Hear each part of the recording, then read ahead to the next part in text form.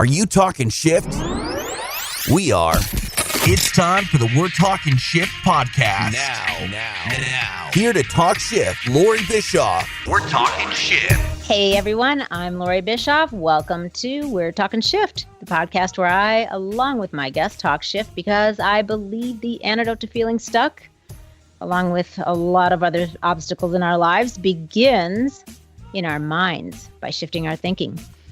And often we've got to double down on that by going rogue and taking some radical action in our lives, which is why I am super stoked about the guest I'm going to be speaking with today, because this whole subject has been a focus of my passion for my entire adult life. And it's really become an entire, I guess, cultural going rogue movement around the topic of preventative and alternative and holistic healthcare in general. So we're going to be talking about things that I actually began incorporating into my life over 30 years ago. And it's information that I am obsessed with sharing with anybody who will listen. So today I have the privilege of speaking with Kelly Noonan-Gores. Now, Kelly is the writer, director, and producer of Heal, which is a documentary feature about the mind-body connection and our body's innate ability to heal. In 2012, Kelly started Elevative Entertainment with the intention to create conscious media that informs and inspires and empowers us. Heal is actually Kelly's directorial debut, and this powerful documentary explores how our thoughts, beliefs, and emotions affect our health, and it shares incredible stories of healing and transformation and possibility. Her documentary is an amazing scientific and spiritual exploration featuring so many of the great minds in these fields, people that you're going to recognize like Deepak Chopra and Marianne Williamson, the medical medium, Anthony William, Bruce Lipton, Gregg, Braden, and so many more. Like myself, Kelly is a true seeker. She's a meditator. She enjoys traveling and sports. And by the way, when you watch Heal, check out how she owns that soccer ball at the end of the movie. Very impressive. And she loves reading and writing. But I have watched dozens and dozens of documentaries over the years on science and spirituality and healing. And one of the many things that I really love about Heal is that Kelly includes the personal journeys of a lot of people on their quest to find healing from the serious and life-threatening health issues that plague them through these alternative healing modalities and holistic methods. So I think that hearing about other people's stories can really help others become inspired to go rogue and take their health into their own hands. So let's get into it. Kelly, welcome to We're Talking Shift. Thank you. I'm doing amazing. I'm doing well. Thank you. Excellent. Really, I just can't even express how much that I've been looking forward to chatting with you about Heal. Like you, I am a super serious seeker. I'm totally fascinated with the mind-body connection. I've been obsessed really with the whole subject of holistic health and, our thoughts and emotions affecting our health and all of this stuff that's in this movie. It's been an obsession for me for probably like 30 years now. So really when I watched Heal, and I think it was probably 5 or 6 months ago now, I really felt like you had been in my mind, read my mind, and then made this movie. That's how much it resonated. That's amazing. Yeah.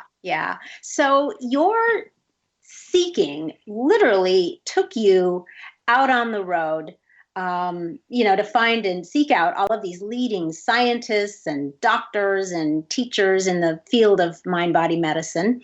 My only complaint about that is that I wasn't with you on that road trip because that looked so amazing. Really. I mean, what was it like? I have so many questions. I'm going to be all over the map here. I'm just going to put that out there right now. But so what was it like being able to actually meet in person and have this time with all of these amazing people that I'm sure have been, teachers and influences in your own life for quite a while? Yeah, it was definitely surreal. It was really cool to be able to sit down with was nerve-wracking at first. I got used to it along the way. But, these people had written books or given talks or both that had influenced me so much and empowered me in my life. So, I wanted to get the opportunity to interview these same teachers and put it on film so that they could do the same for other people. Yeah. And it was awesome being in their presence and just seeing how they all kind of, every single one of them practiced what they preached, and they were just living their message. Nobody was stressed. Nobody was preparing anything. They were just, they lived their message, and it's really cool to be a part of that. Yeah, so cool. What a great gift and what a great opportunity. I'm envious. I think that is just amazing. Well,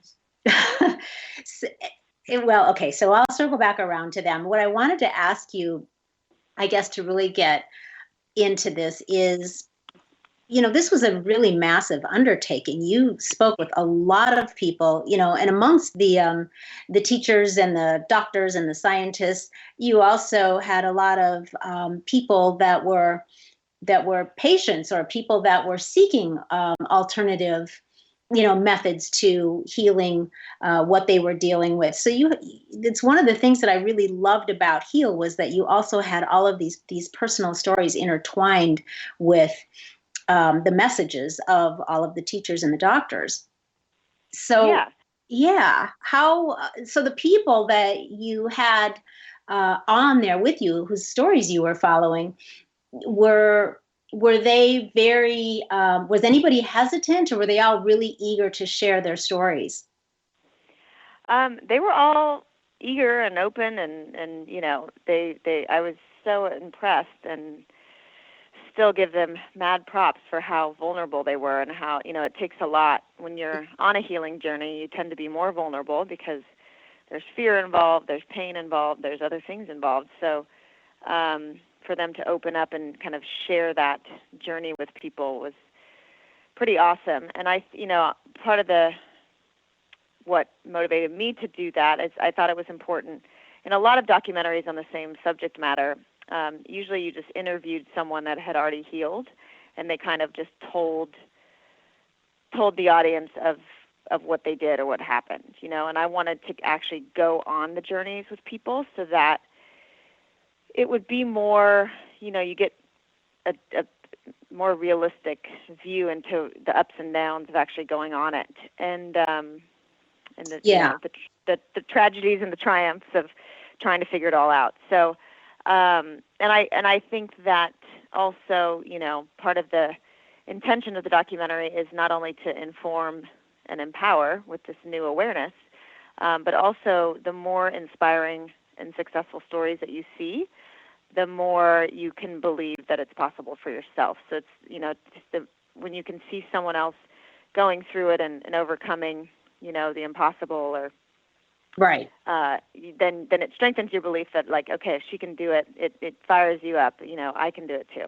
Yes, exactly. And that was super cool to be able to literally be on their journeys with them, because it also, I think, lets people know that even though they did heal, and many of these people are doing well and thriving now, but even on their journey, there, like you said, there were still some obstacles and still fear, and still, maybe a couple times where there was a step forward and a step back, and it's not all roses and a cakewalk, but they persevered and they believed, and they did it, and they overcame, and so they rose to the challenge and really blasted through it. And it's very empowering, I think, for other people to see that happen. And even if there's one woman that didn't quite heal fully in the film, or she was facing her own kind of question about which path she should take, and a lot of people are like, well, why did you include that if she's not supporting the argument of your film? And I'm like, well, she is a real example of real humanity and yes. struggles that come with juggling family and job and all of these real life issues while you're trying to figure out your health issues. And so, I want people to watch her story, and it's a reflection back to some members of the audience that'll be like, oh, wow, there's childhood trauma that I've suppressed or repressed, and I have to maybe look at, or, so I think everybody serves as a mirror that will resonate with different people in different ways, and kind of with the main goal of waking up, so you got to show a variety of different Definitely. And I think that was super cool. And I've got more questions about her. I think you're referring to, was it Eve or Eva? Eva, yes, exactly. Yes. I've got some questions about her that we're going to get to in a little bit, because you're right. And I think that was really actually pretty interesting, the way that you did that, because you're right. A lot of people would say, but wait, what about her? So we'll circle back around to her, because I think that's a pretty interesting point. And one of the things you said early on was that over the last 20 years, you yourself have been to a lot of healers and doctors. And I'm wondering if that was part of what prompted you to make the documentary, or if there's something about your own journey that you want to share that was, part of this whole thing that got you really interested in the process of, alternative healing and holistic healing.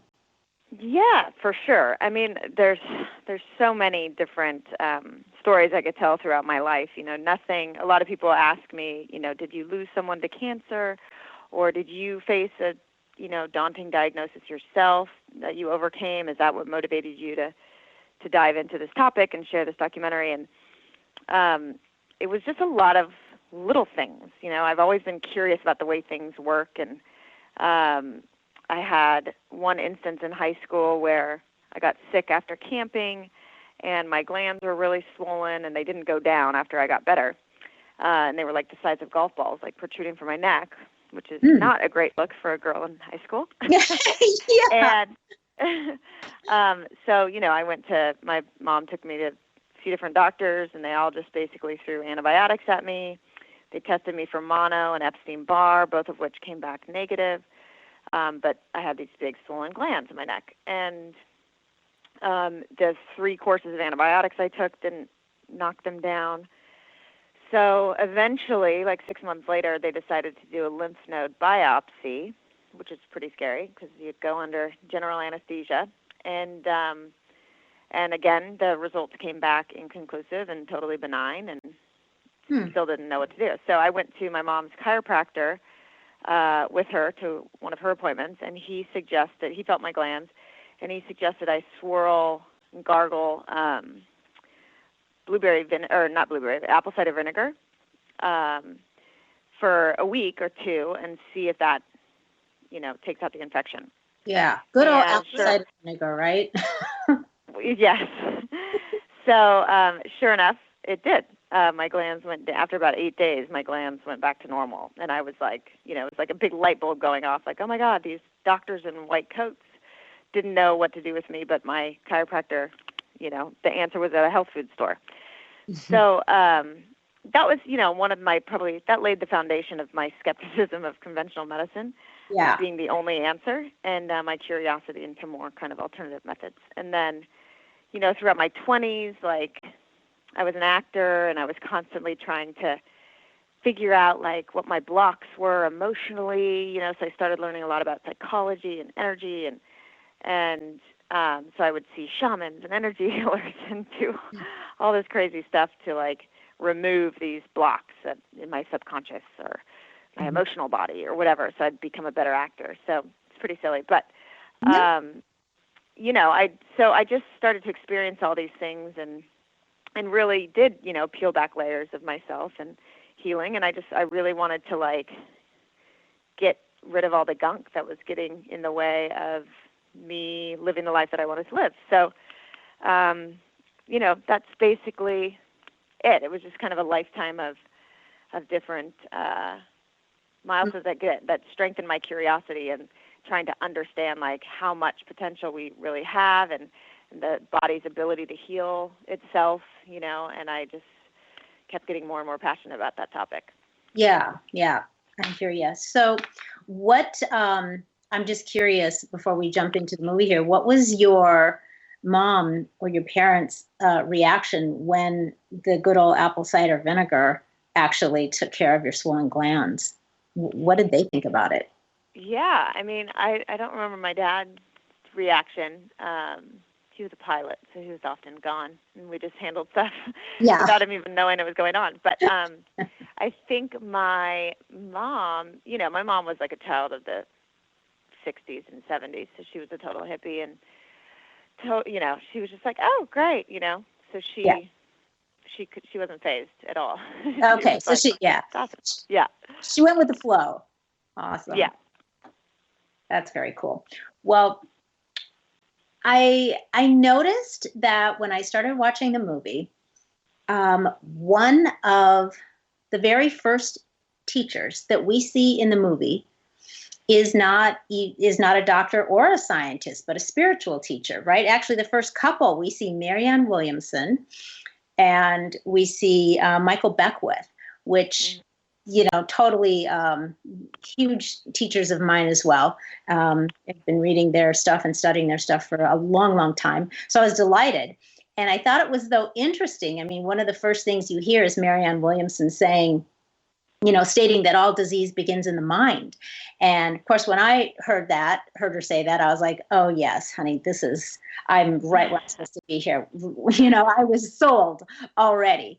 But my question is, was there a specific reason that you ended up putting a couple of spiritual teachers, obviously very well known in that genre, right at the beginning of the movie, or did it just happen to fall into place that way?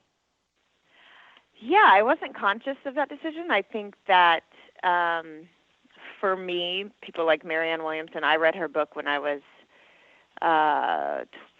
20 years old, Return to Love, and so that was almost 20 years ago. Mm-hmm. And it spiritually just was like, oh my God, finally someone's putting it into terms, fear and love, articulating, my understanding of God, Right. And after being raised Catholic, I was like, when I read her book, I was like, yes, this totally resonated with me. So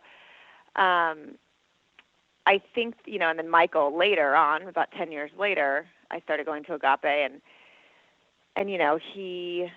it's all about the thoughts you think and belief and faith and surrendering to the higher power and your purpose in life. And yes. So I feel like, to me, and then, at the end of the journey, ultimately I found that kind of healing, it is more than anything a spiritual journey, Right. And those teachings, that big picture teaching, and understanding spirituality and understanding, our source and where we come from and what life is trying to teach us and all of our experiences, et cetera, that will get you to your, ultimate healing, highest Mm-hmm. healing. Yeah, I am completely in alignment with that belief, completely. So there's a man in the beginning, and I failed to note his name, but he's one of the energy workers. He talked about energy medicine and Eastern medicine, and he was the man that was there when you had the group assembled. Mm-hmm. And Rob Morgan. Okay. That was somebody that was new. I was not aware of him before. And it was really intriguing to listen to him and to watch what he was doing with the people that you had gathered in that room.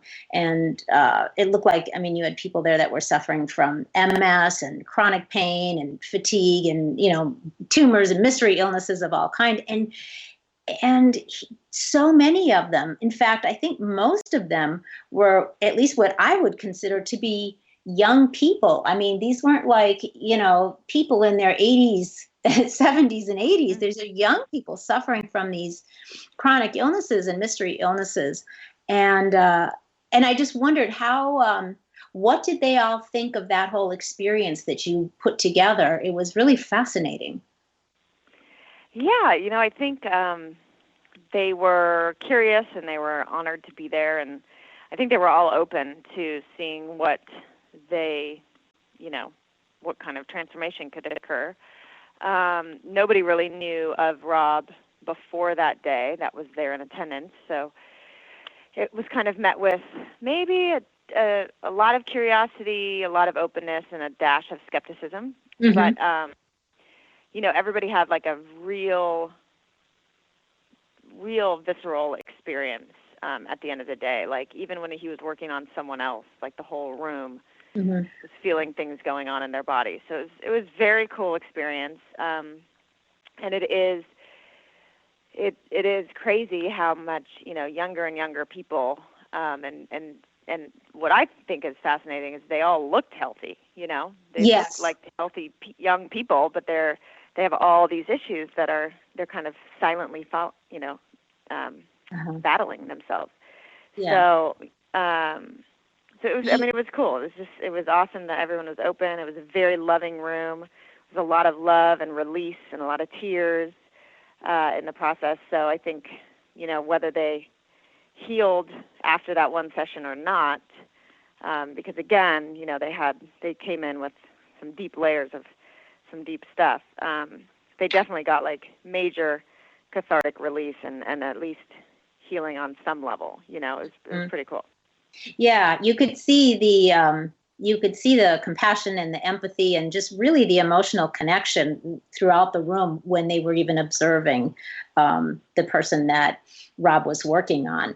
And a lot of it, we're lacking a lot of that in our lives right now. Everybody's kind of on their smartphones and connecting through social media, but we're less and less coming together in community and really emotionally connecting. So I think just that group aspect in itself, when everybody's there trying to like support each other and be compassionate, like that in itself is healing, Absolutely. Yeah. It was really quite fascinating. Hopefully sometime it would be fun to follow up with a couple of those people and see what they've, continued, if they've continued, that or a version of that or some other type of alternative healing. It was really amazing. The guy that had the tumor that he really, you focused on a lot, he seemed to have a quite amazing experience when he was done. Yeah, it was very cool. He was very uplifted for a long time after that. He was like, oh my God, he just felt so seen and loved, and it just like a burden was lifted, Right. It's amazing the power of feeling the energy and being seen by a group of people all at the same time, isn't it? It is. It's amazing. Yeah. I experienced that too at Agape. When you go. Yeah, and they do that. It's really powerful, and people don't understand unless they have participated in something like that, how powerful it is, how strong that invisible energetic current is when you are really intentionally directing it toward somebody and you are intentionally open to receiving it. Yes, totally. And a lot of healers are incorporating that in their work now, and there's a lot of scientific research that is backing it up, because you can kind of measure what's going on in people's bodies when there's group intention and group healing. Mm-hmm. And you can actually measure, like, when all of the people in the, Joe Dispenza does it in his workshops, and Lynn McTaggart and many other people, but they measure, the people that are sending the healing get themselves in a coherent state. They're meditating, they're syncing up their mind and their heart, and then they're sending that loving intention to the person in the middle who's healing, which, unofficially we were doing that day as well, as we're sitting there and holding space. And, they've measured that they're changing the field of the energetic electromagnetic field around these people's bodies. So it's actually shifting energy and shifting matter. It's pretty insane, actually. I love it. It is. It's insane in a great way. It's so intense. In a great way. Yeah, that reminds me of some things that Gregg Braden had said in the movie. And there were so many things. I had to whittle down my pages of questions here. There was so much stuff. But one of the things that I think is so fascinating is this phenomenon that he calls entanglement. that, which I guess is a physics term, meaning that everything that begins as a whole, even though it becomes separated physically, whether by miles or light years or whatever, everything energetically is still connected.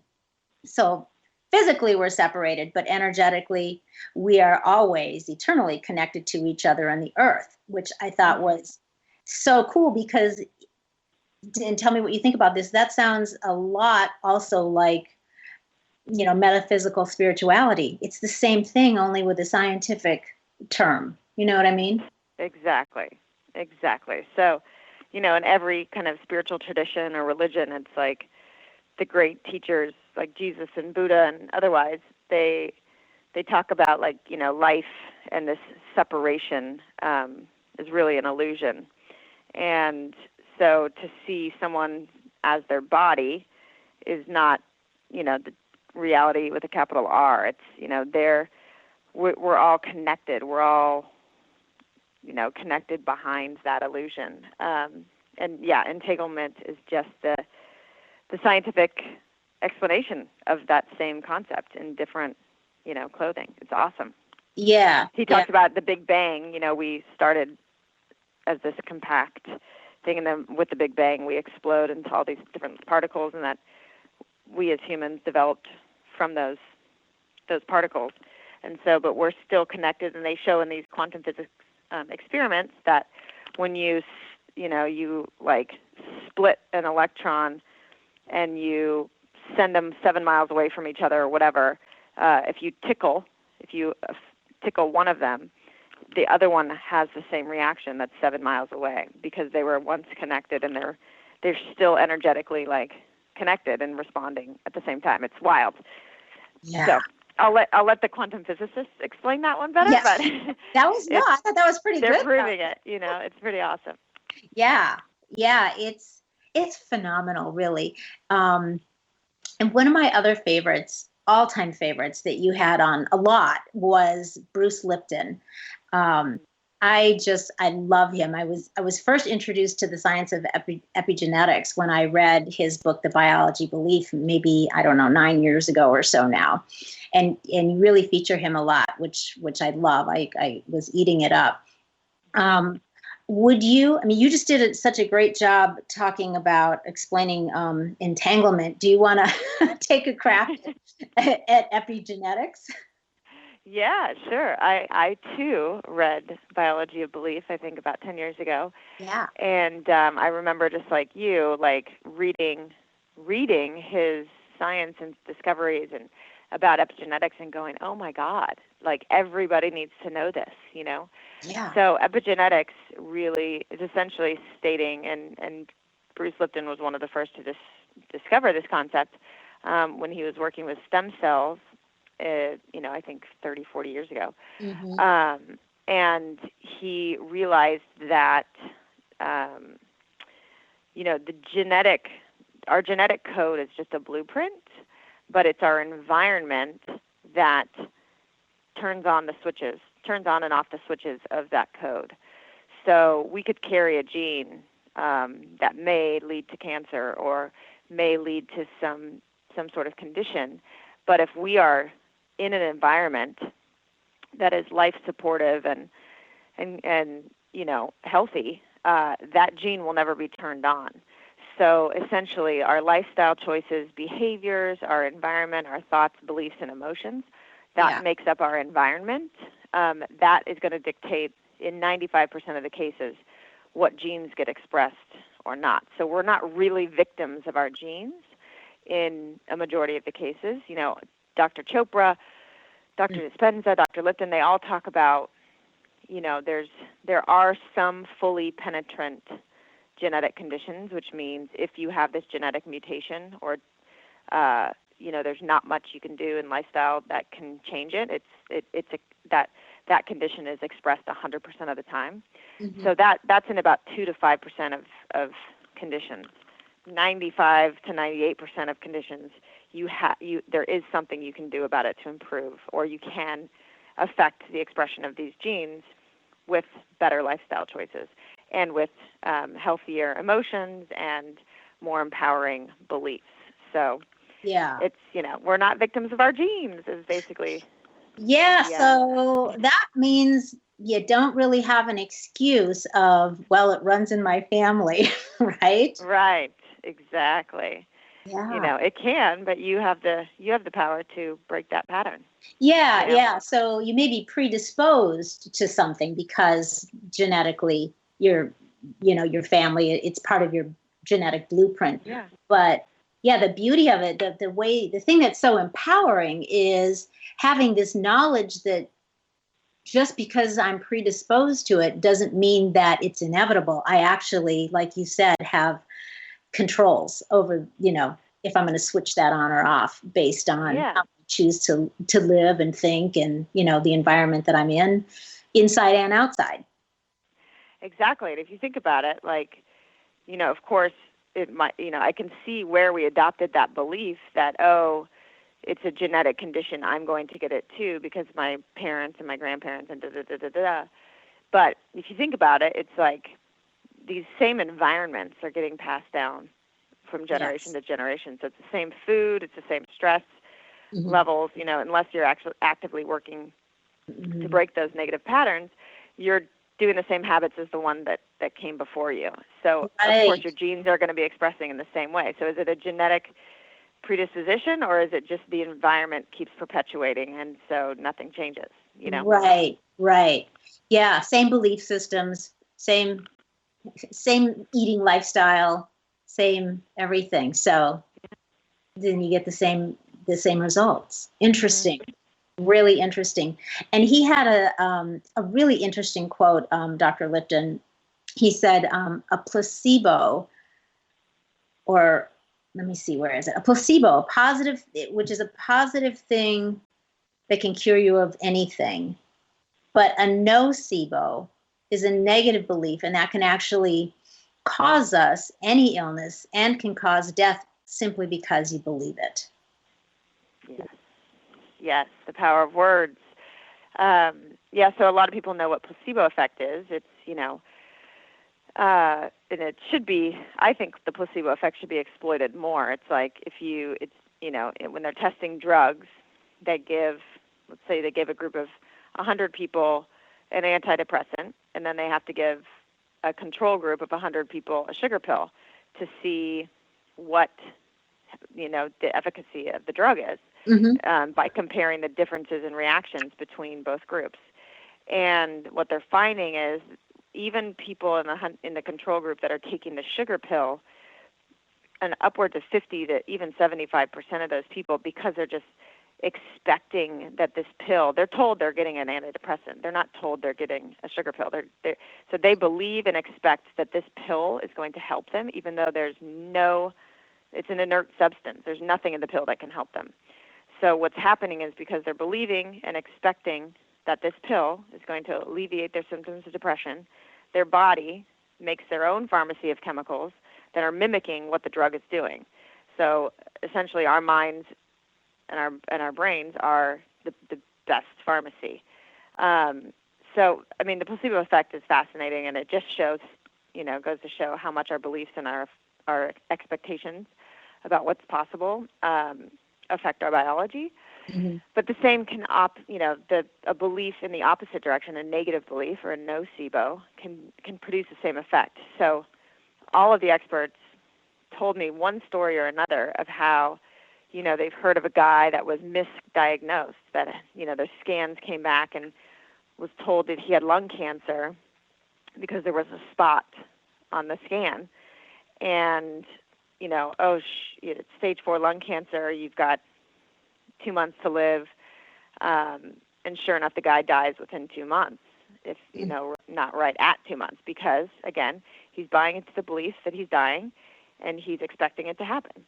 And his body, being the pharmacy, responds and creates that chemistry and that dying degenerative chemistry in his body.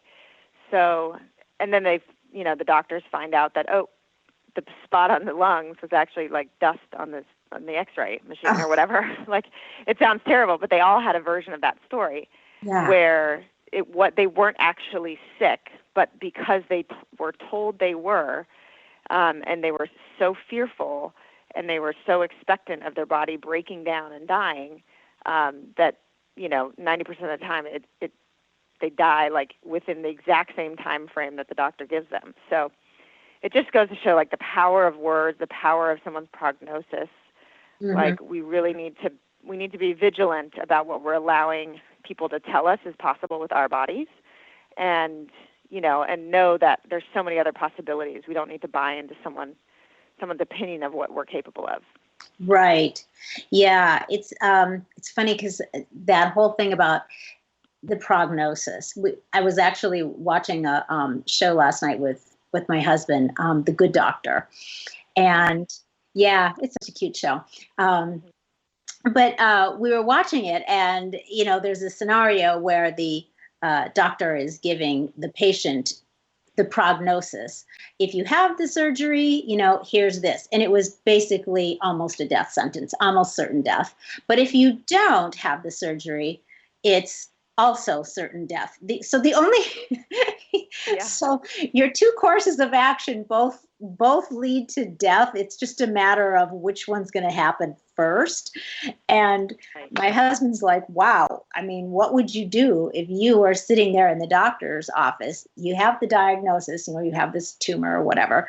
And then the only two prognoses you get are, well, death and death.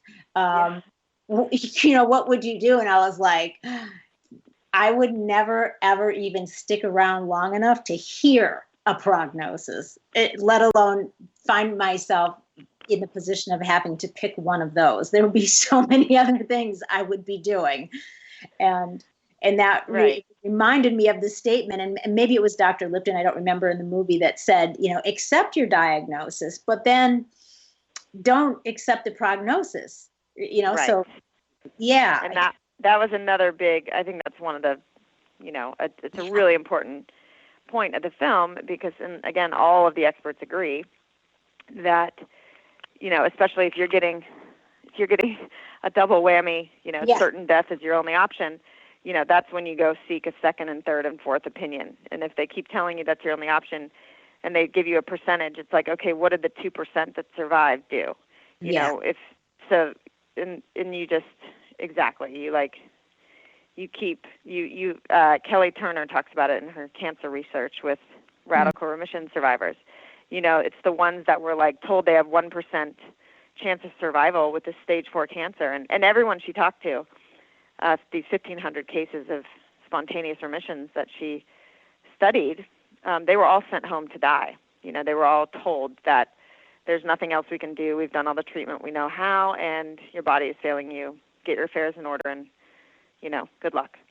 And They all go home and they make these shifts, and they all have this defiance of well, if there's a 1% chance of survival, I'm going to be that 1%. There's no reason why I can't be that 1%.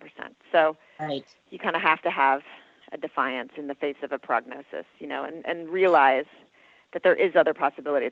There's always other possibilities. Don't get sucked into this average bell curve of a prognosis. Yeah, you almost have to be willing to go rogue, as I like to say, and go, you know what? I'm not going to do what traditionally people do here. I'm going to completely, take a hard left. I'm going to defy the odds. I'm going to do something that maybe most would be considered really unprecedented, and I'm doing something else. I'm making a radical change and a departure from the norm. And you almost have to, especially when it comes to your health. Is there a time in your life, I like to ask all of my guests if there's a time in their life where they found themselves having to do something like that in some way, shape, or form, where you had to really go rogue in order to, make a shift, and it ended up to be maybe a little scary, or maybe people were looking at you sideways, but you did it anyway, and it ended up to be like a great thing in your life? Oh my goodness. You asked me this question before, and I'm like, where have I gone rogue? I remember one thing you told me. If you can't think of something, I'll give you. Yeah, what did I tell you? One of the things that you had mentioned that I thought was really pretty interesting was that given what you're doing now, was that you were raised Catholic. Oh, yeah, that. Okay.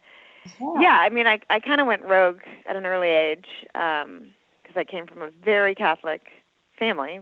Both my parents were, church-going Catholics, and so we became church-going Catholics, and my brother was an altar boy, and we'd go to CCD, and I was always, like, fascinated with the stories and the Proverbs and the, Jesus, just historically, I was fascinated by the stories of the Bible.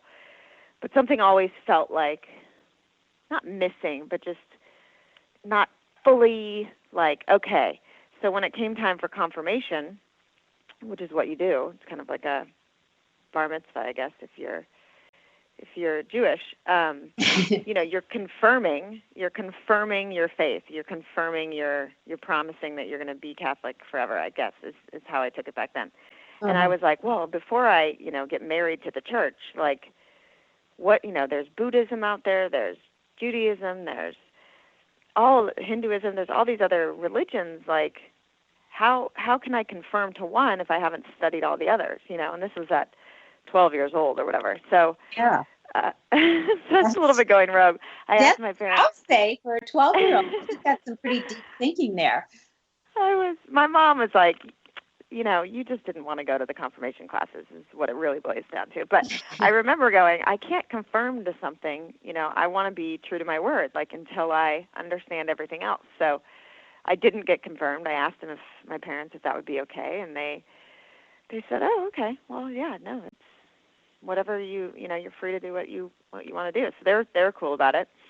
And then, for a period of time, I think in high school, I questioned God. I thought very rationally and logically and scientifically, and questioned the existence. And then, like I kind of told you, Return to Love. I read in college, and it came at this right time where I was a little, I was depressed, and it was a combination of things. I was going to Berkeley, and the weather was kind of foggy and less sunny than I had been used to growing up in Southern California. So that took a toll on my mental health. And then also, my diet was poor. I was eating pizza every night at 2 a.m. and drinking a lot of alcohol. That was not helping. But ultimately, like, I realized I didn't have any sort of true north. I didn't have any real belief in a higher power. So I felt like a ship without a rudder, and then I read Marianne Williamson's book, and it was just like, oh my God, okay, fear, love, God is love, and that kind of took me back on my spiritual seeking, where I started to study principles of all the religions and found kind of the universal truth at the back of them all. Right, right. So Return to Love was kind of your entry point into metaphysical or New Thought spirituality that you've been. Totally. Okay, that's cool. Yeah, she's amazing. Amazing. So what about, I thought it was really, really interesting to follow the journey of Elizabeth with the stage 4 cancer. Mm-hmm. And I think this is an interesting story, too, because here's a woman that was supposedly living a super healthy lifestyle from all of the, I guess, the outer means. She was doing her yoga and she was eating right and juicing and all of those things that we can do. She was doing them all. And then, one day she gets a diagnosis that she has stage 4 cancer. Mm-hmm. And yeah, what do you say, to people that maybe are like, it doesn't matter what you do. You could be the epitome of health, but look, you never know what's going to swoop down and get you. So why bother? Yeah, I mean, I think she's a great example of how much our subconscious beliefs and our emotional health, really has an effect on our health. So she could be, people could be walking around like, oh, I'm so positive and saying these affirmations. But if underneath you have this subconscious belief that you are not worthy and you are not lovable, or in her case, it was you are pathetic, then that is going to dictate everything that goes on in your life, and you're going to attract a man or a woman in your life that is going to affirm that belief about yourself and treat you in a not so loving way. You're going to attract circumstances in your life that's going to match that belief, vibration or meaning. Yeah. So, and we're not aware of those subconscious beliefs that we hold. And that was, hopefully that was one of the things I actually learned myself in the film. Is like, wow, there are, it's subconscious. We're not even aware that we have these beliefs that we adopted from other people in our childhood, Right.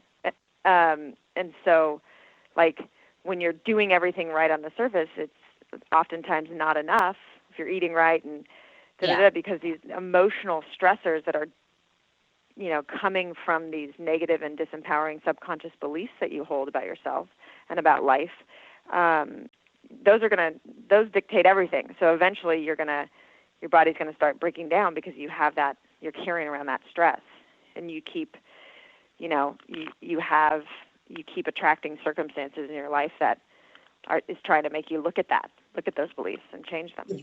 Yeah. There's something that she said that really struck a chord in me. She said the cancer personality style. She called it a cancer personality style. And then she said it's like I don't want to be a burden, and it's easier for me to give love than to ask for it. She was talking about that. And, obviously she said she realized that was a really detrimental mindset. And it really struck a chord with me because I sit and, I thought about that with people that I've known. I mean, in this day and age, we all know somebody either really close to us or close to somebody close to us that is battling or has battled cancer. And my mother was the person close to me, and my husband's mother. But when she said, I was like, my mom, she's been studying, New Thought spirituality. And, she started doing this stuff in the 70s. And I'm like, how is it? And she didn't eat horribly, and, she didn't do everything great. But I was like, I keep looking for what was the thing that she didn't get. You know what I mean? And when Elizabeth said that cancer personality style, and then she talked about that mindset, that was something that, she, it came to her in the work that she did with some of these practitioners. I was like, there we have it. To me, it just resonated so powerfully. And I think you're right, because so many of these beliefs, they're buried in our subconscious. And if you don't know that they're there and you're doing all the other things right, you might still be, vulnerable, I guess, to some sort of level of unwellness, because there's something lurking beneath the surface that you haven't tended to yet. And that was just a big one for me. And I'm always excited when something comes up that hasn't come up in my face before, that I haven't already read about or studied or something. And I thought that I understand the whole concept, and I'm a believer in the deep-seated beliefs in our subconscious. But when she called it the cancer personality style, I could think of so many people that applies to. It's really pretty interesting. And what can I ask? What kind of cancer your mom had? Colon cancer. Colon. Interesting. Yep. Yeah, I find it so fascinating, and I don't know enough to be the expert on it, but I know that they talk, a lot of Chinese medicine, traditional Chinese medicine, it talks about different organ systems and body parts are connected to different emotions, so like the liver processes anger, lungs process grief. So a lot of people that have lung cancer that weren't smokers, they may have this subconscious grief that they haven't processed. I always think that's so fascinating. And a lot of, back to this cancer personality type where they're constantly giving and nurturing other people and kind of neglecting themselves or their real dreams and hopes and passions. They talk about that, like a lot of women, breast cancer is so common in women, and that personality is so common in women, and our breasts, are what nurture the children. They're what give life to the children. So they're, it's our nurturing part of the body, and a lot of people get cancer there because they're not nurturing themselves. That's a theory. I can't prove it, but I love when they tie in different organ systems for different emotional, causes or whatever. Yeah, absolutely. And really, I mean, you have to, I guess you don't, but we give so much, I put a lot of value and weight on that. I mean, traditional Chinese medicine has been around for like thousands of years. And usually things that are around that long, because there's something to it. Right. Right. Exactly. Things. Yeah, exactly. They talk about alternative medicine. I'm like, well, these acupuncture and Chinese medicine and herbs and, shamanism, these have been around for 5,000 plus years and working. And, so conventional medicine is new. Alternative medicine has been proven for thousands of years. So it's funny that it doesn't get the kind of clout from insurance companies or whatever that new technology does, Yeah, I think we should rename it right now, Kelly, and we should start calling it original medicine. Yes, the OG medicine. Yeah. That's so true. That's interesting. And speaking of, insurance companies and the like, so and talking about the placebo effect and planting seeds of beliefs in our brains, the drug commercials, I never remember seeing a drug commercial as a child. We saw cigarette commercials, but we never saw drug commercials. Right? New kind of drugs. Yeah, but now, that's all you see. If you watch television, that's just all you see are drug commercials. And again, there's this whole fear factor that's, they're planting the seeds of fear. And then, as you and I are talking about with this whole nocebo and placebo thing, it really is like this whole mission to plant the seeds of fear and doubt and unwellness. So, and then that your only option or your best option is to, do this and take that, whatever it is they're advertising. It's frightening. Right. It is frightening. And a news thing popped up. I posted on my Instagram this morning, and I don't ever get political, but I put it on my stories because it's like big pharma, paid a lot of money to senators who are investigating big pharma today. And I'm like, how is that legal? Like, how is lobbying by, big pharma and big food legal when they're affecting the truth, and it's you see it at different times during the day if you're watching morning news or afternoon talk shows when it's a lot of kind of older people that maybe have been retired that are taking 5 to 6 medications. That's when the drug commercials are really advertising, because these people are at home or, and they, and that the drug company tells you about a problem you may have, and then you go to, and they tell you to ask your doctor about this problem you may have, and then the sad thing is we, pharmaceutical salespeople are going around to different doctor's offices every day, making a lot of money by incentivizing these doctors to prescribe, and doctors are getting paid less and working harder than they ever have before. And so, they're definitely like, oof, I need these incentives, So it's just it's a double-edged sword, and there are some life-saving drugs, but the way the system is set up is just, it's not transparent, and it's, it's brainwashing. It's hypnotizing a lot of people into thinking they need stuff they don't, Exactly. That's exactly the word I was thinking. It's hypnotic. Can you imagine wanting to be a traditional doctor in this country, in this day, with the kind of insane pressures and complications with, malpractice, the pressure of the drug companies, the pharmaceuticals, people coming in all day, every day going, I looked this up on WebMD and I'm pretty sure I have this, and this commercial said to take that. I mean, I know. I feel bad for these doctors. A lot of them got into medicine because they wanted to help people. They wanted to save lives, and now they're, stressed out. They're terrified. We live in I think that's another problem, especially with our country, the United States.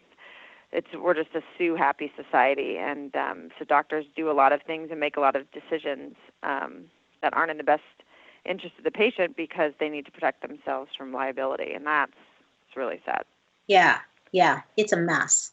It really is. And it's just another reason that we would hope, and hopefully by continuing to share, documentaries and movies like Heal, people can start more and more to understand what I think Dr. Was it Gregg Braden? Said, given the right environment and conditions, every single organ in our body has the ability to heal itself, even the ones that we have been told could not. And, if people could start to understand that, our bodies are these amazing self-healing organisms. It's like you said in the movie, you were so fascinated when you were a kid that when you would cut yourself, or cut your finger, it would just heal up all by itself.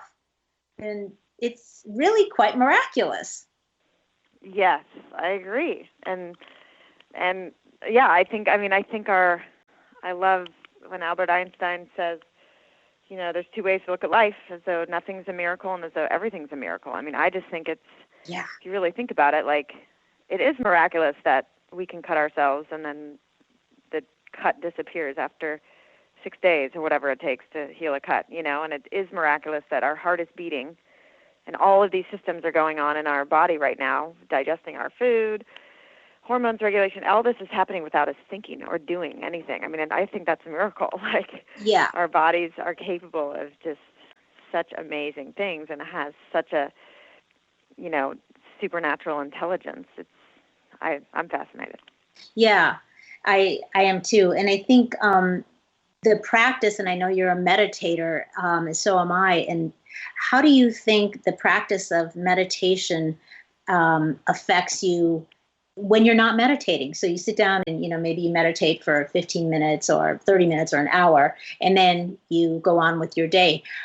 For you, how does the period of meditation, however long it lasts, how does that bleed over into the rest of your day and affect your life when you're not doing it? Yeah, it's a good question, because obviously while you're meditating, you get, we talk about it in the film, physiological benefits, like you release healing hormones into your body. You release oxytocin, dopamine, all of these other things when you quiet your mind and you're breathing, and you're out of the stress response, eventually after a few minutes. But the other aspect of meditation is it's almost like detoxing your mind in a way. Like, we accumulate, and when we go out through our day, and this is why so many people are chronically stressed, which then leads to chronic illness, because the experts say stress is at the base of 99% of every doctor visit. Right. We're getting inundated with information all the time, whether it's our smartphones, negative news, chaos of a city. It's just like we're overstimulated, right? So our brain is taking on, and it's accumulating all of this information, and it's hard to keep up with the processing, and it's accumulating all this mental stress and emotional stress. So meditation to me is a cumulative experience of every day dumping some of that accumulation. It's Marianne and Michael Beckwith, Marianne Williamson, Michael Beckwith both talk about in the film how meditating is just as important as taking a shower or a bath. It's like you wash the physical gunk off your body, right, to reset. You need to wash your mental gunk out as well, because otherwise it just builds up until your system burns out. So meditation, the way it spills over, the more you practice it on a daily basis, the more space you're creating in your mind, and the more you can meet circumstances in life with more space, more of a buffer, so you're not reactive. If you're filled up to the brim and something, you can't take on any more mental stress, so you react, from a a subconscious place. But if you've created space and you practice creating space every day, that accumulation never builds up to full. And so you're way less reactive to things in life. You're much more present. Your thoughts are quieter so that you can actually hear the voice of your intuition. You can actually hear your inner guidance. Mm-hmm. If you're accumulating so much crap in your mind every day and you're not dumping it in meditation, then it's almost impossible to discern your intuitive voice from all the other people's thoughts and other stuff you've accumulated throughout the day. So to me, it's creating space. Space is the precursor to healing, according to Peter Crone in the film and others. And accumulation, leads to disease. So it's all about creating space. Yeah. I found, I agree. I find that same kind of feeling when I meditate, and it does. It just sets the tone and sets me up for the day. And I found that yoga, when I first started practicing yoga a long time ago, I found that the same thing was happening. I was realizing that when I first started practicing yoga, it was probably about 2000, 2001. And I thought, oh, this isn't going to work for me. This is too slow. Why aren't we exercising? Because we're breathing and then we're doing these poses, and I'm like, and I came from a practice of working out in the gym 3 or 4 days a week with weights, and so then I went to this other extreme, and I was like, oh, I don't know about this. Nothing's happening. But I stuck with it, right? I was determined. And then, one day, finally, after a couple of weeks, it clicked. It just clicked, and I got it. I just, I don't know how else to say it other than I stuck with it about 3 days a week. And after a couple of weeks, I got it. And then I was like, okay, now I understand what this is about. And, and then I was addicted from that point on. But one of the benefits I found, just like you were talking about with meditation, was it's not just limited to the time that you're actually sitting in the meditation or in the practice, of your half hour, your hour of yoga. It's how it affects you all of the other hours of the day, that you're able to take this gift with you and use it in all of the other experiences that come up in your life. Yes. And the more you practice, you can feel the effects, lingering the rest of the day. But if you practice regularly for years and years and years, those effects are just so expansive. It's like it shifts your whole perception of life. It shifts your whole energy for good, Yeah, it is. It's an energetic shift for sure. For sure. And and back to what you were saying about stress, which is another thing that I had made a note of here. I wanted we can't stress it enough about stress.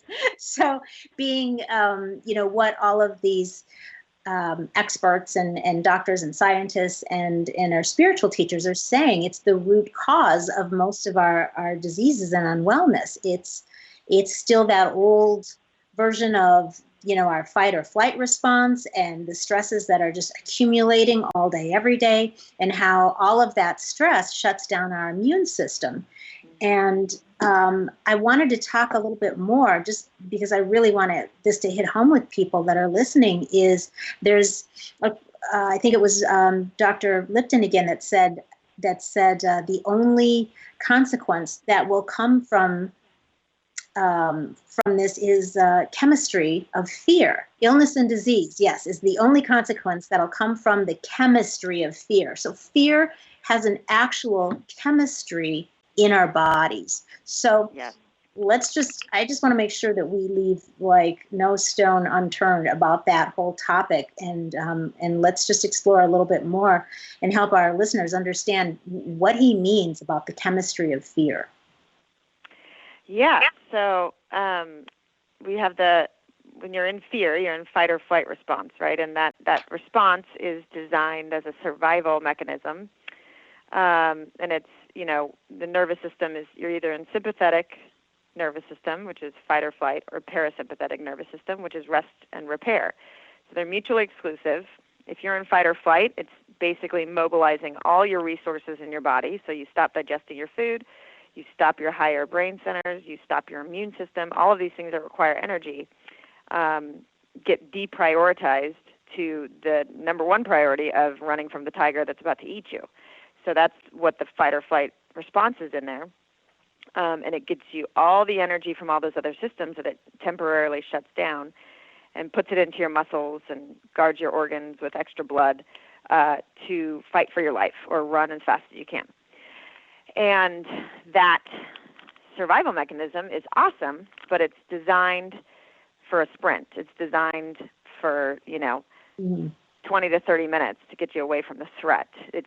The problem is, because of all this information that's going on in the world, all of this tension that's going on in the world, all the news that has become so negative, we're running kind of a fight or flight response chronically all the time with no break, which means, what does that mean? It means we are shutting down our higher brain centers all the time. It's shutting down our immune system, shutting down our digestion.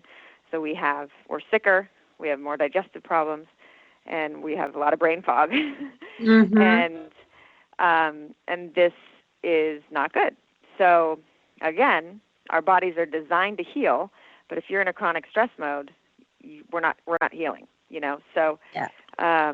We really have to learn things like meditation and yoga, walking in nature, disconnecting from technology, breath work, breathing, exercise, all of these tools that can turn off the fight or flight and allow us to relax and get into rest and repair mode. Right. And just so that people know, you can do that, like you mentioned. There are more ways to do that. If you just cannot find yourself to be that person that can sit still for 15 minutes and meditate, because a lot of people can't. they try and they're like, I just can't do it. But you can still get that same effect and do your own. There are so many versions of meditation. Like you said, you could go walking in nature, or my husband's version of meditation was going out and riding his horse, or going out and hiking with his dog. And that's right. Some people's meditation is running, some people is painting. Yes. Reading, there's singing, anything that shuts off that mind from fear and stress. Yeah, because we're like little chemical making factories. And so if you're in that stress and fear mode constantly, then it's if people can realize that there's a real thing happening. It's not just in your thoughts, but it is in your thoughts, but those thoughts are actually creating this biological response, and you're making all these chemicals in your body that are now flooding your system and they're going to make you sick if they haven't already. Correct. Yep. Adrenaline, noradrenaline, cortisol, all of these things that are supposed to help the fight or flight response, but when they're being released all the time, it's just wearing down your system and putting this kind of degenerative chemistry in your body.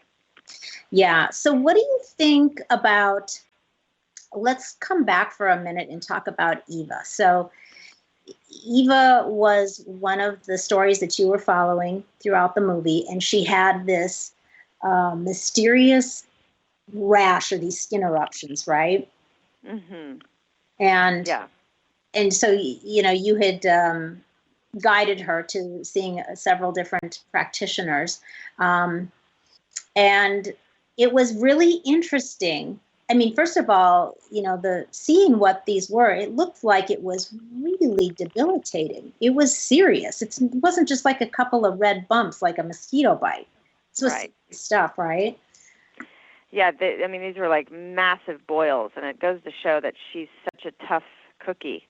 She downplays even these I think about it. If I get a paper cut, it's like so painful.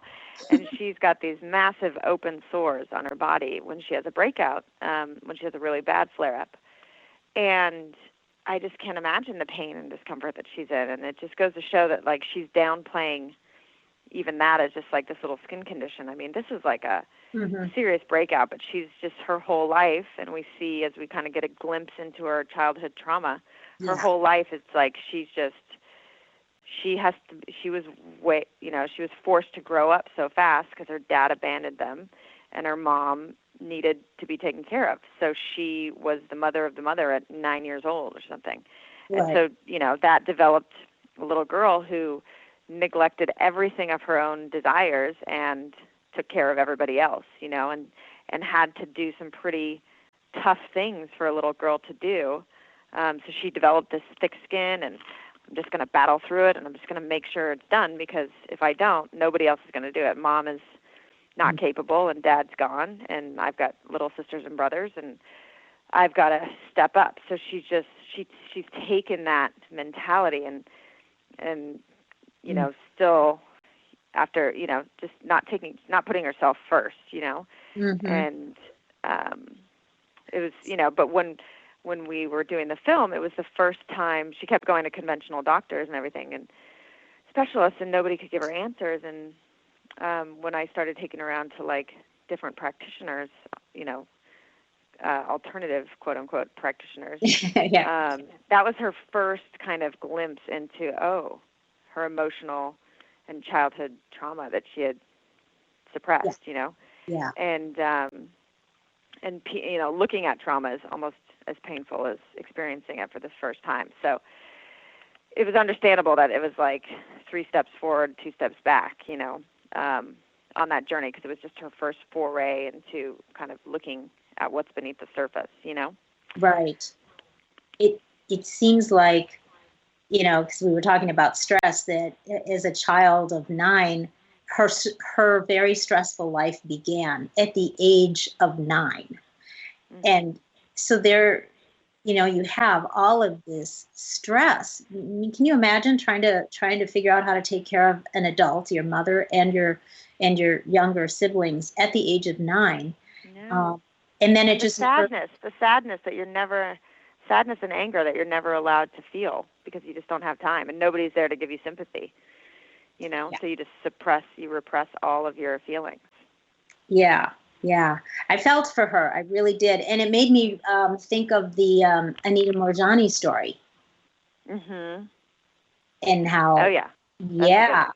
Yeah, I know, right? Another one. So her book, Dying to Be Me, where she literally has a near-death experience. And she had these, boils and stuff all over her body. And she was basically, dead. And the experience that she has, and then she comes back and has this seriously miraculous healing.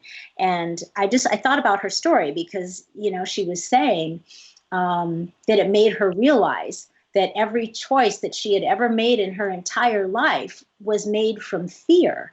And I was like, that sounds like Eva. She had to make all of these choices and step up and do all these things because of the fear of what would happen if she didn't. Things wouldn't get done, right? Nothing would get done, and they wouldn't, probably in a child's mind, then you wouldn't be safe. And anyway, yeah. I loved Anita's thing saying, her quote toward the end of the movie saying, we call remission, I say it's remember my mission. I thought that was, yeah. That's a good one. Yeah, when she's the word remission as remember my mission. I think that's so empowering because it's, a lot of the research was showing, or especially with Kelly Turner and cancer and radical remission,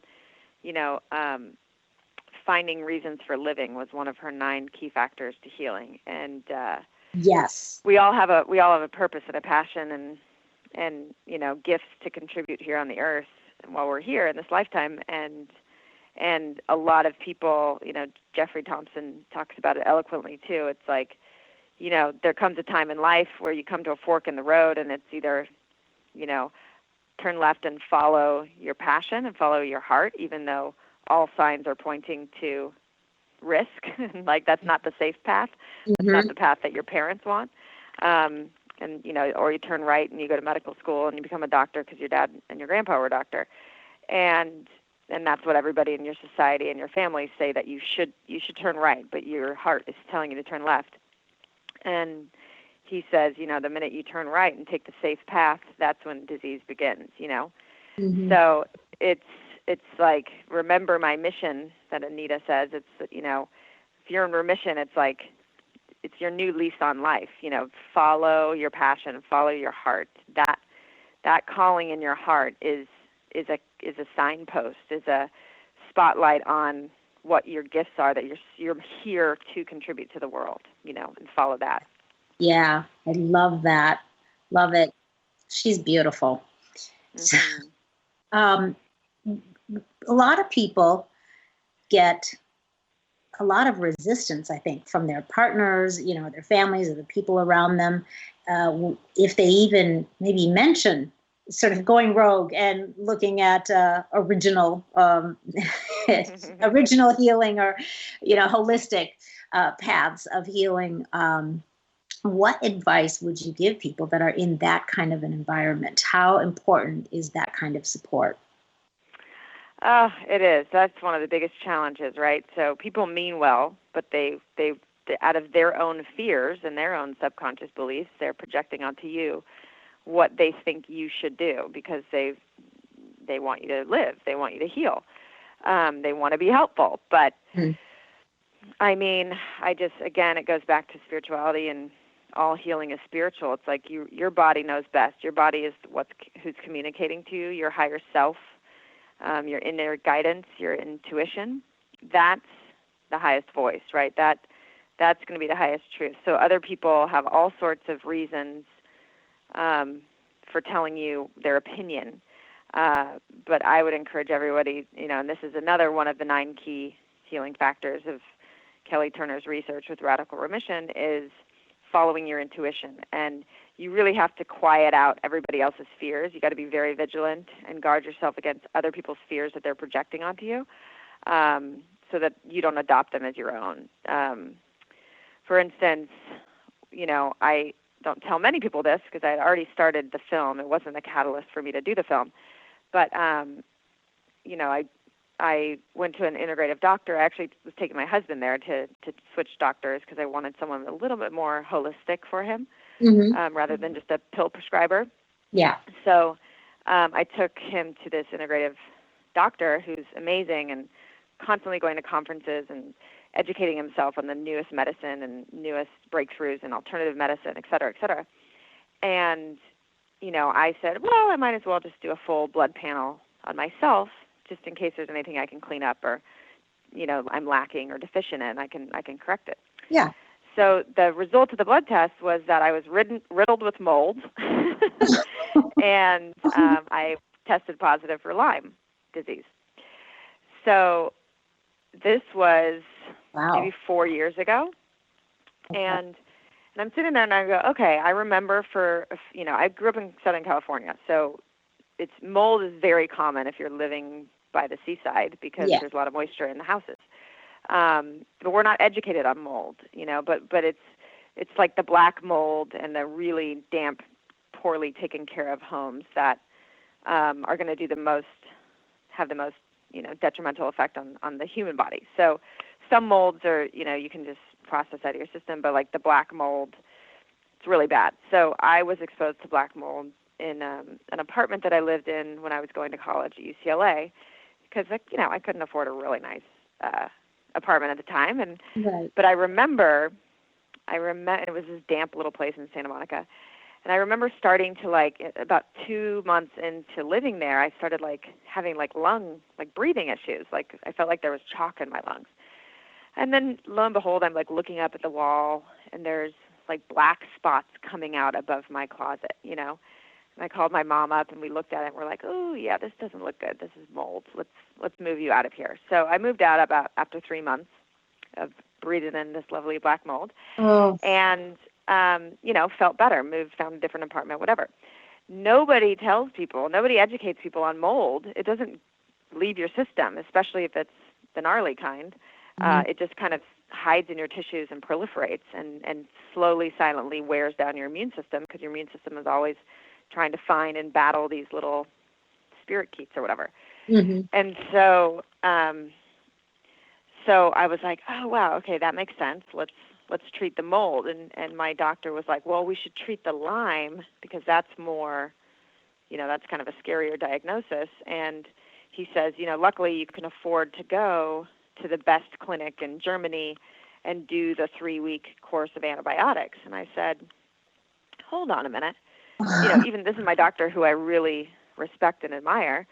I'm like, I'm not experiencing crazy neurological symptoms that a lot of people are facing with Lyme. Sure. I have brain fog. But I just chalk that up to like being in my late 20s, Yeah. And burning the candle at both ends.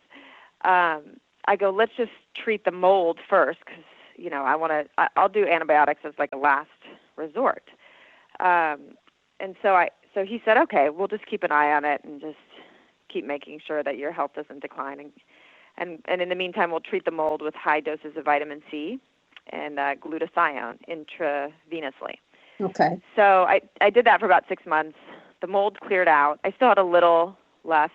And he thinks that's just because I live, again, where I live. But the bad stuff was out. And sure enough, after 6 months, the Lyme was gone too. Uh-huh. And we had done multiple Lyme tests just to, confirm the diagnosis, because I know it does get misdiagnosed a lot of times. But I remember the period of time where, getting a positive Lyme test. I mean, if I wasn't so aware and informed of how the body works and everything, then I would have absolutely spiraled down the fear hole, and I would have reached out to family and friends like crying, like, oh my God, I have Lyme, Mm-hmm. Even though my body wasn't really experiencing the acute symptoms of it yet, Yeah. And so again, it's just, just be careful about projected fear onto you. I mean, I was even vigilant and strong enough to tell my integrative doctor, who knows way more than I do, like, hold on a minute. I'm not going to go do 3 weeks of antibiotics just as a precaution so it doesn't progress. Yeah. It's like, let's just monitor and do what we can now for the mold, and then see where we can make that decision if I get worse in any way. You know what I mean? And in turn, it worked out for me. But you just have to really listen to your intuition and not other people's projected fear. My long-winded point. No, but that's a good point, though. I think it's super important, because you're right that there is a voice inside of you. There is, call it your gut, call it the voice, call it your higher conscience or intuition, but it's there and it will talk to you. You just have to be. It knows best. It does. It does. So I'm curious, because you cleared up the mold. Was the Lyme still, was that actually accurate, or was it actually just symptoms of the mold and you really didn't have Lyme? I don't know, because the way they test Lyme is to, it was like 2 out of the 3 markers.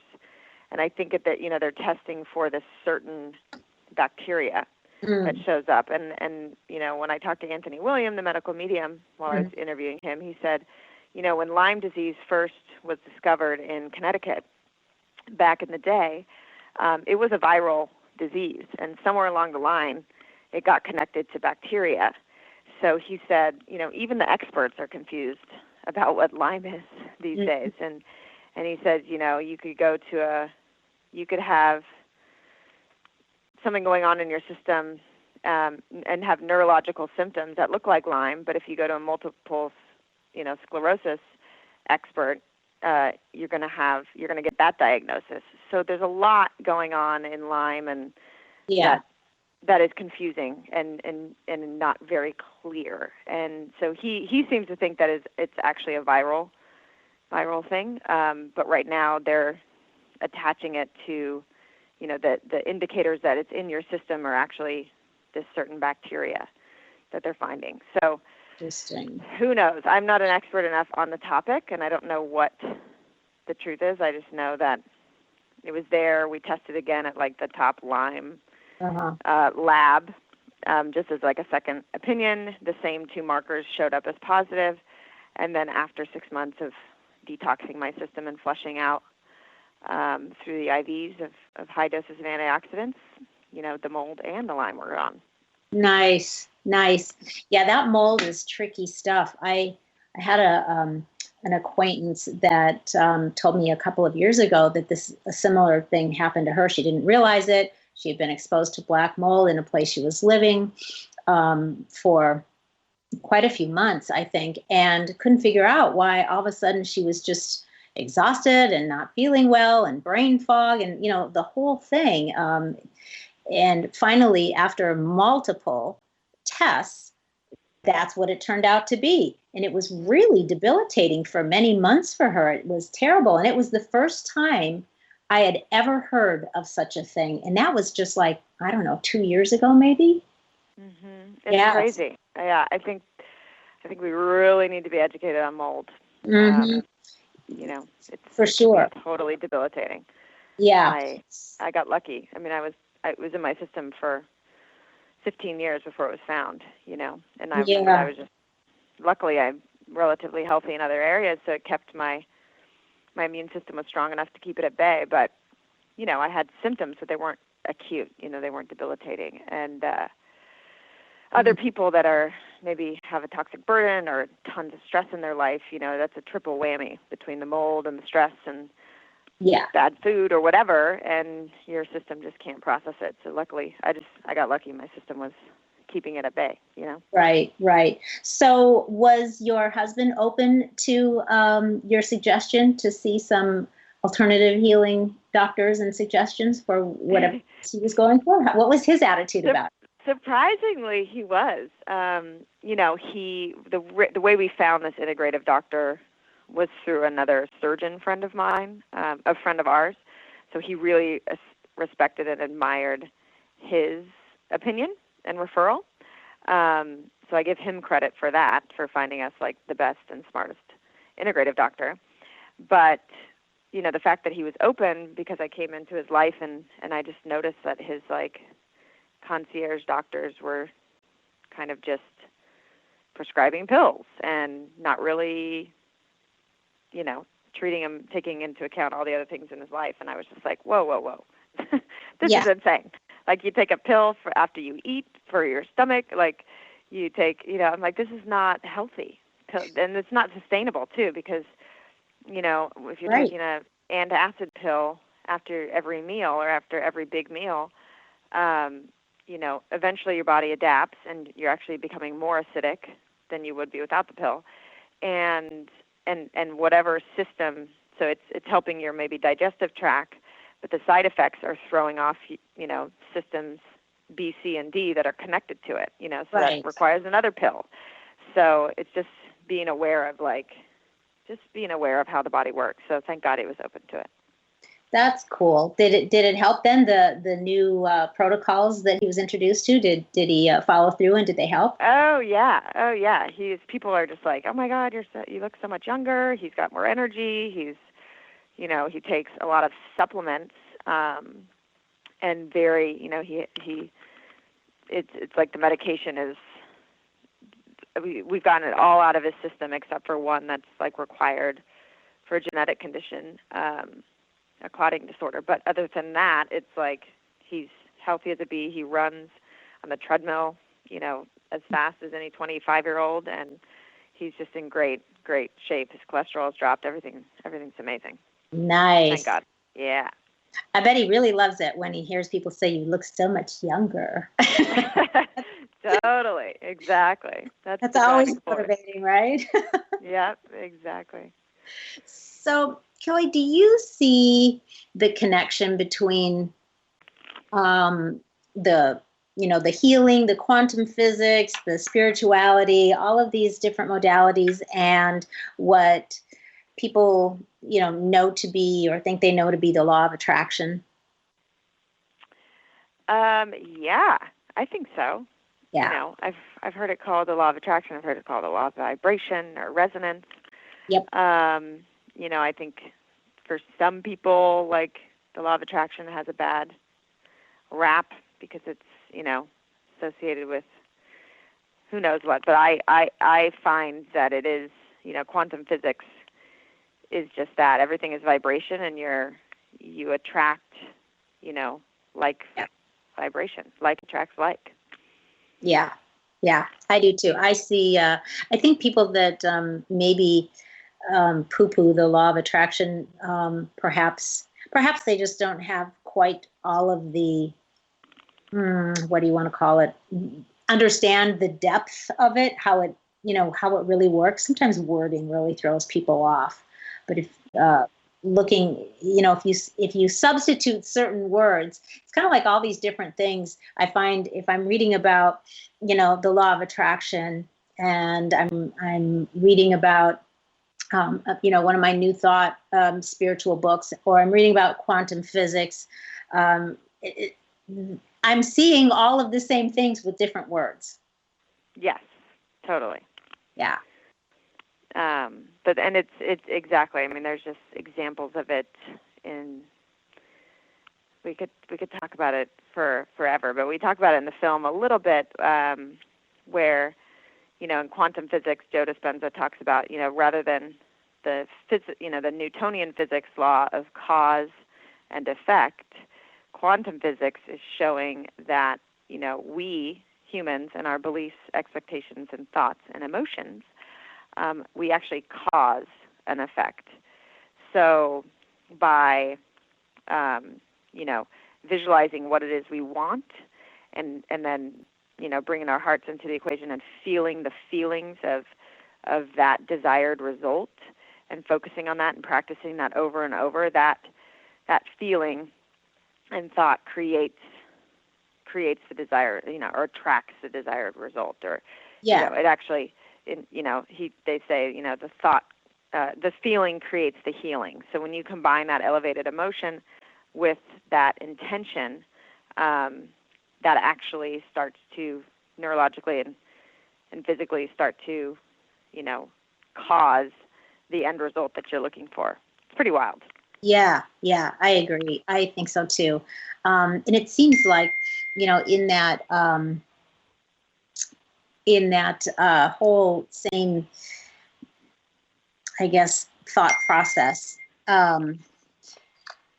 people allow their bodies to actually become their minds, rather than, it's almost like they get fooled and reverse the natural order of how the mind-body connection works. So it's like, how do we help people start seeing things in reverse and understanding that, all of these your beliefs and your thoughts and all of these things we've been talking about, create the chemicals in our bodies, and then we get the results. So we're the cause by our thinking and our emotions, and then the result is what happens with their bodies. But it seems like people start letting their bodies dictate to their minds what's going on. How to feel, exactly. Yeah. Comes again. They should start by watching Heal, and then they should, right, dig deeper into the different subjects in the film that they resonate with. Yeah, exactly. I like that. What I'd like to do is I think one of the nice ways to round out this interview is to talk about Dr. Kelly Turner's top 9 factors. That might be a really nice thing to leave people with, so that they can start, watch the movie and then start practicing some of these things in their own life, and hopefully, prevent disease and illness from happening, or start to, turn it around if they are experiencing some of those things. Yes. So you've mentioned her a couple times throughout our conversation, Dr. Kelly Turner, and she was really amazing too. And I think, let's talk a little bit about her findings from people that experienced radical remissions from every type of cancer. And let's leave people with some things that they can start doing right now. Yeah, I think it's a great way to wrap it up, because, Kelly Turner, she is a researcher, and she was very careful about, while she agrees that emotions, are a factor, she still believes that toxins and pathogens actually cause disease. But she was doing her research in her studies, and she came across these stories of radical remissions, and she's like, why aren't we studying what these people who defied the odds, and these 2%ers and all of these different types of cancer that were stage 4, late stage, end stage, and sent home to die, why aren't we studying what they did? I mean, they turned it around. They healed. We need to be studying and exploiting and selling that. So she interviewed 1,500 people who experienced these radical remissions, and, when their doctors told them there was nothing else that they could do. And out of 1,500 people, she discovered 75 things that different factors that people were implementing in their healing, success stories. Mm-hmm. But she found the cool thing is that she found every single one of them did a version of these 9 things. So she calls them the 9 key factors that can make a real difference. Okay. And her research is specific to cancer, but I say, my opinion is it would apply to any chronic illness. Yeah. And what I think is so fascinating is that out of the 9, only 2 of them are physical, which is radically changing your diet and using herbs and supplements. And the rest are mental, emotional, and spiritual. And I believe that is this indicates that when we approach our healing, only, let's call it 20% of the healing journey is physical. The rest is you need to approach your mental, emotional, and physical health as well when you're trying to heal. Just changing your diet or doing something physical is only going to get you about 20% of the way there, most of the time. Right. So I'll just name off the 9 things right now. It's radically changing your diet, taking control of your health, again, not playing the victim and letting someone else tell you what's possible with your life. Yes. Following your intuition, using herbs and supplements, releasing suppressed emotions, which That's we a mentioned. big, yeah. Increasing positive emotions, because things like love, gratitude, joy, again, connecting with your passion, all of those things, while stress might release, stress chemistry, increasing positive emotions, love and all that, and joy and gratitude, that releases healing chemistry in your body, that oxytocin, dopamine, all of those good things that help you heal. And then we finish up with embracing social support, deepening your spiritual connection, and having strong reasons for living. So those 9 things are like, the cornerstones of, well, there can't be 9 corners, but the key factors into your healing journey. So, and I think, again, while her research was just in late-stage cancer, it applies to all chronic conditions. Yeah, I think so too. Those are all things that I would say for anybody suffering any kind of degree of unwellness, illness, disease, you have absolutely nothing to lose and everything to gain by doing these things. And really, most of these things don't require that you have to mortgage your house to finance. I mean, these are things that, positive emotions and, following your intuition and taking control of your health. And, so depending on what you're doing, you may or could choose to see some practitioners that would obviously, require some resources. But, again, so many of these things, most of these things, and at least all of them to a certain degree, don't require that you have to be a wealthy person in order to make this happen. Right. I can guarantee you the 1,500 people she studied, the majority of them did not have extra resources. Yeah. They went home and did simple but profound shifts in those 9 things. Yeah. Beautiful. I think that's a really great takeaway for our listeners to start thinking about and watch the movie. And I'm sure you must be getting a ton of great feedback from it. I can only imagine. Since it's been on Netflix, it's just gone. It's like, it had a great run all last year and was doing really well on iTunes. And then it just hit Netflix a few weeks ago, and it's just from all over the world, just so many messages pouring in, and it just feels so good that people are inspired. That's awesome. So your company, Elevative Entertainment, is focused on creating conscious media that informs and inspires and empowers. And clearly you have checked all of those boxes and then some with Heal.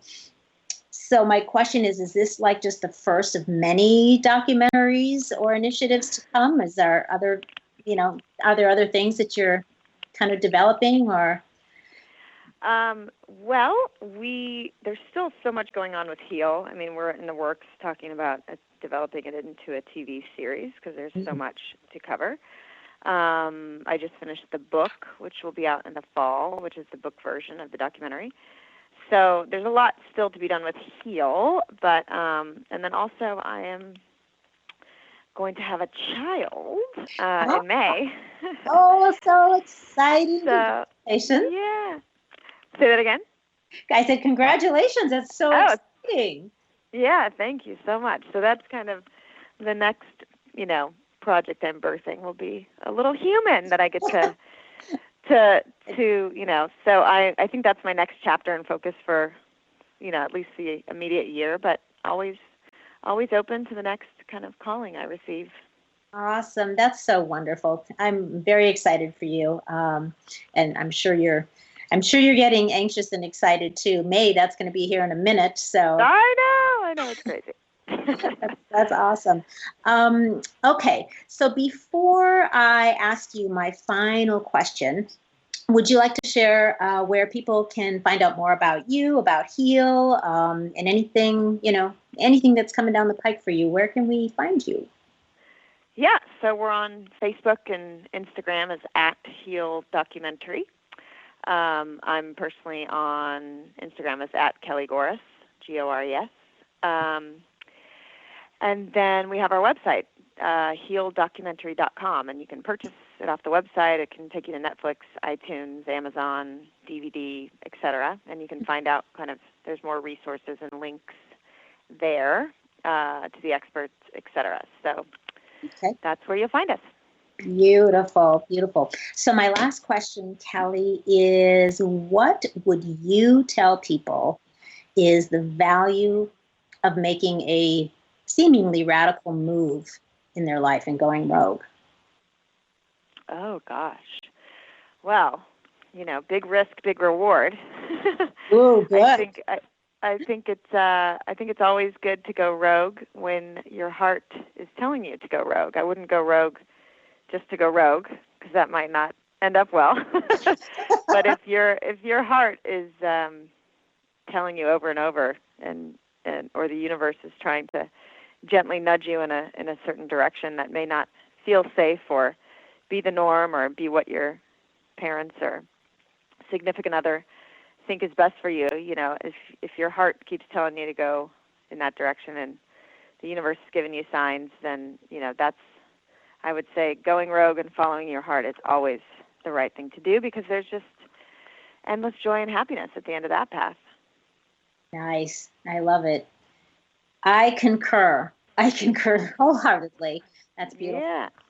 Awesome. Well, Kelly, it has seriously been such a pleasure chatting with you. And this was really hard to contain this. I still have copious notes here that I have no check because I'm I know. It's just, there's so much. We we didn't even talk about Dr. Joe Dispenza or, I know. There's so many.